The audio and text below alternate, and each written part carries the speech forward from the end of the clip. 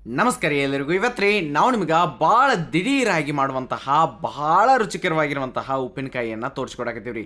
ಇದರಿಂದಾಗಿ ರೀ ಊಟದ ಜೊತೆ ಒಂದು ಸ್ವಲ್ಪ ಏನ್ರಿ ಇದ್ರೂ ಭಾಳ ಮಸ್ತ್ ಅನಿಸ್ತೈತೆ ರೀ. ಅದಕ್ಕೆ ದಿಢೀರಾಗಿರುವಂತಹ ಉಪ್ಪಿನಕಾಯಿ, ವರ್ಷ ಗಂಟ್ಲೆ ಇಟ್ಟರು ಕೆಡಲಾರದಂತಹ ಉಪ್ಪಿನಕಾಯಿ ಅತಿ ಸುಲಭವಾಗಿ ಒಂದು ಮಸ್ತ್ ವಿಧಾನದೊಳಗೆ ನಾವು ನಿಮಗೆ ತೋರಿಸ್ಕೊಡ್ತೀವಿ.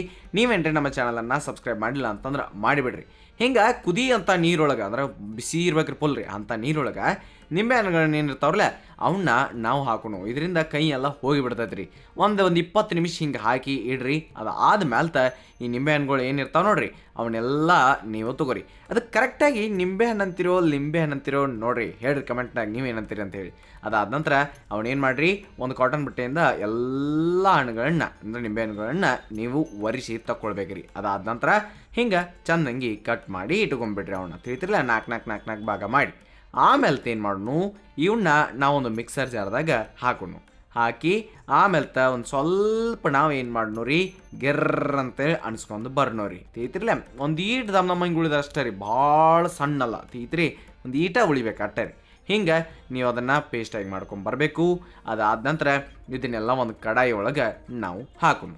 ಎಷ್ಟು ಅದೇನಿತ್ತು ನೋಡ್ರಿ ಪೇಸ್ಟ್, ಅದ್ರ ಡಬಲ್ ನಾವಿಲ್ಲಿ ಸಕ್ಕರೆಯನ್ನು ಸೇರಿಸೋಣ. ತಿಳಿದ್ರಿ, ಅಂದ್ರೆ 1 ಕಪ್ ನಿಂಬೆಹಣ್ಣಿಂದ ಪೇಸ್ಟ್ ಇತ್ತು ಅಂತಂದ್ರೆ 2 ಕಪ್ಪಷ್ಟು ನೀವು ಸಕ್ಕರೆಯನ್ನು ಸೇರಿಸ್ರಿ. ಅದಾದ ನಂತರ ಇದಕ್ಕೆ ನಾವೇನು ಮಾಡೋಣ, ಸಕ್ಕರೆ ಆದ್ಮೇಲೆ ಹಿಂಗನ್ನು ಸೇರಿಸೋಣ ರೀ. ಹಿಂಗನ್ನು ಹಾಕಿರಿ. ಅದಾದ ನಂತರ ಕೆಂಪು ಖಾರದ ಪುಡಿಯನ್ನು ನೀವು ಸೇರಿಸ್ರಿ. ಎಟ್ಟು ಬೇಕು ನೋಡ್ಕೊಂಡು ಅಡ್ಡ ಹಾಕಿರಿ. ಒಂದು ಅರ್ಧ ಟೀ ಸ್ಪೂನಷ್ಟು ಇವೆಲ್ಲ ಮಸಾಲೆಗಳು ಉಳಿದಿದ್ದು ಹಾಕಬಹುದು ನೀವು. ಜೀರಿಗೆ ಪುಡಿ, ಆಮೇಲೆ ಇಲ್ಲಿ ಅರಿಶಿನ ಪುಡಿ, ಹಂಗೆ ಕಾಳು ಮೆಣಸಿನ ಪುಡಿ ಮತ್ತು ಸ್ವಲ್ಪ ಧನಿಯಾ ಪೌಡ್ರನ್ನು ನೀವು ಸೇರಿಸ್ರಿ. ಅದಾದ ನಂತರ ರುಚಿಗೆ ತಕ್ಕಷ್ಟು ಉಪ್ಪನ್ನು ನೀವಿಲ್ಲಿ ಹಾಕಿರಿ. ಗೊತ್ತಾತ್ರಿ?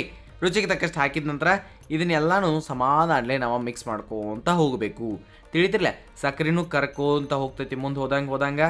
ಆಮೇಲೆ ಆ ನಿಂಬೆಹಣ್ಣಿನ ಜೊತೆ ಇವೆಲ್ಲನೂ ಮಿಕ್ಸ್ ಹಾಕೋಂತ ಹೋಗ್ತಾವೆ. ನೀವು ನೋಡಾಕತ್ತೀರಿ. ಈಗ ಸಮಾಧಾನಲೇ ಮಾಡಿರಿ, ಏನು ಗಡಬಡಿ ಏನಿಲ್ಲ. ದಿಢೀರಾಗೆ ಆಗ್ತೈತಿ ಅಂತ ಹೇಳಿದ್ದೀವಿ. ಚಲೋತ್ನಂಗಿನ ಆಗ್ತೈತಿ, ಭಾಳ ಮಸ್ತಾಗಿ ಆಗ್ತೈತಿ ರೀ. ಈಗ ನೋಡ್ಬೋದು ನೀವು ಕರಿಗೆ ಎಲ್ಲ ಪದ್ದಸರಿ ಆಗೈತ್ರಿ. ಈಗ ನೀವು ಅದನ್ನು ಹಿಂಗೆ ನಡ್ಬಾರ್ಕ್ ತಿರ್ಗಾಡ್ಕೊತ ಇರಬೇಕು. ಅದೊಂದೀಟ ಸಣ್ಣಗೆ ಕುದಿಯಾಕತ್ತೈತಿ, ನೀವು ನೋಡ್ಕೊತ ಇರಬೇಕಾಕೈತ್ರಿ. ಮುಂದೆ ಹೋದಂಗೆ ಇದು ಗಟ್ಟಿ ಹಾಕೋಂತ ಹೋಗ್ತೈತಿ, ನಿಮಗೆ ಅದು ಗೊತ್ತು ಆಗ್ತೈತ್ರಿ. ಈಗ ನೋಡ್ಕೊಂಡು ಉಪ್ಪದು ಏನಿರ್ತೈತಿ ನೋಡ್ರಿ, ಅದನ್ನ ಒಂದ್ಸಲ ಚೆಕ್ ಮಾಡಿ ಕರಿಮೆ ಬಿದ್ದಿತ್ತು ಅಂತಂದ್ರೆ ನೀವು ಸ್ವಲ್ಪ ಜಾಸ್ತಿ ಇನ್ನೊಂದಿಟ್ಟು ಮ್ಯಾಗಿಂದ ಹಾಕಿ ಅದನ್ನು ಮತ್ತೆ ಮಿಕ್ಸ್ ಮಾಡಿರಿ. ಚೆಂದಂಗೆ ಆಗ್ತೈತಿ. ಪದ್ದಸರಿಯಾಗಿ ನೀವು ಇದನ್ನು ಈ ರೀತಿಯಾಗಿನ ಮಾಡ್ಬೇಕ್ರಿ. ಮುಂದಕ್ಕೆ ಹೋದಂಗೆ ನಿಮಗೆ ಅದು ಗಟ್ಟಿ ಹಾಕೋಂತ ಅನಿಸ್ತೈತಿ ಅಂತ ಹೇಳಿದ್ದೀನಿ ರೀ. ಗಟ್ಟಿ ಹಾಕೋತ ಹೋಗ್ತಾಯಿದ್ರಿ. ಅವಾಗ ಒಂದು ಈಟ್ ಹಿಂಗೆ ಬೆರಳಿಂದ ನೋಡಿರಿ, ಚೆಕ್ ಮಾಡಿ ನೋಡಿರಿ, ಈ ರೀತಿ ಅಂಟಂಟಾಗಿ ಆಗ್ತೈತಿ, ಚಲೋತ್ತಂಗೆನ ಬಂದೈತಿ ಅಂಥೇಳಿ ಆಡ್ತೀರಿ. ಇನ್ನೇನು ಮಾಡೋಂಗಿಲ್ಲ, ಗ್ಯಾಸನ್ನು ಆಫ್ ಮಾಡಿ ಕೆಳಗೆ ತೊಗೊಂಬರ್ರಿ. ನೀವು ಕೆಳಗೆ ತೊಗೊಂಬಂದ್ಮೇಲೆ ಅದು ಇನ್ನೊಂದು ಸ್ವಲ್ಪ ಗಟ್ಟಿ ಆದಂಗೆ ಅನ್ಸಕ್ಕೆ ಹತ್ತೈತಿ ರೀ. ನಿಮಗೆ ಚಮಚೆಯಿಂದ ಒಂದು ಸಲ ಚಂದಂಗೆ ಅದನ್ನು ನೀವು ತಿರುಗಾಡ್ಬೇಕಾಕೈತ್ರಿ.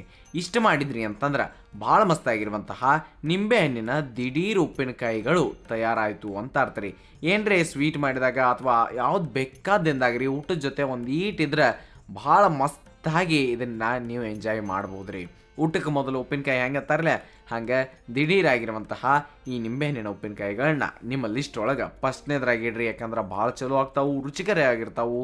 ವರ್ಷ ಗಂಟ್ಲೆ ಇಟ್ಟರು ಕೆಡಂಗಿಲ್ಲ ರೀ. ಮತ್ತೇನು ಬೇಕು ರೀ, ಒಂದು ಸಲ ಮಾಡಿರಿ, ಎಷ್ಟು ದಿನ ಬೇಕೋ ಅಷ್ಟು ದಿನ ಇಟ್ಕೊಂಡು ತಿನ್ನಿರಿ ಅಂತ ಹೇಳ್ತಾ ನೆನಪಿರಲಿ, ಇದು ಸವಿರ್ಚಿಯ ಸೊಬಗು ಅನ್ನದಾತ ಸುಖೀಭವ.